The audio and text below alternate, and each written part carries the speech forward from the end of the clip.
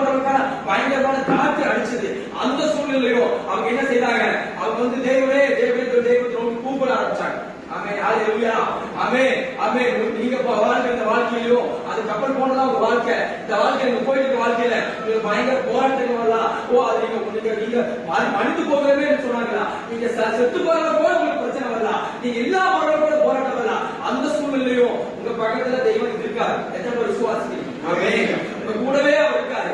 ஆனா அவர் நீங்க நினைக்கலாம் அவர் எங்க இருக்காரு சொல்லி கட்டி எங்க கூப்பிடணும், பக்கத்திலே இருக்காரு. நீங்க அவர் நோக்கி பார்க்கிறவர் கண்டிப்பா அவர் எந்திருப்பார். ஆமென், ஹalleluya. அது இயேசு கிறிஸ்து எந்திரிச்சாரு. எந்திரிச்சு மாத்திரமல்ல அவர் சொன்ன வார்த்தை அந்த கடலும் அந்த காற்று அமைதியாயிடுச்சு. ஆமென், ஹalleluya.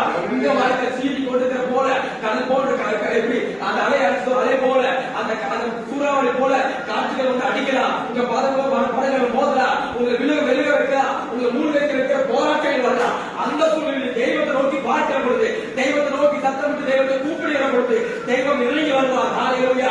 அவர் இறங்கி வருகிறது மாத்திரமல்ல, உங்களுடைய அந்த அலைகள் போன்ற அந்த சூறாவளி காற்று போன்ற எல்லாவற்றையும் அடக்குவார். எத்தனை பேர் நம்பிக்கை இருக்கு? ஆமென், ஹalleluya. அவர் அடக்குகிற தெய்வம். ஆமென், ஹalleluya. அவர் சத்தத்துக்கு வல்லமை இருக்கு. ஆமென், ஹalleluya. அவர் சத்தம் உலகத்தை உண்டாக்குது. அது மாத்திரம் அவர் சத்தம் வந்து அந்த உலகத்தில் வர பிரச்சனை சூழ்நிலையும் உங்களை காப்பாற்றுகிற சத்தத்துக்கு வல்லமை இருக்கு. ஆமென், ஹalleluya. அந்த சத்தத்தை கொண்டு அவர் அடைக்கிறார். அது மாத்திரமல்ல, நான் உங்களுக்கு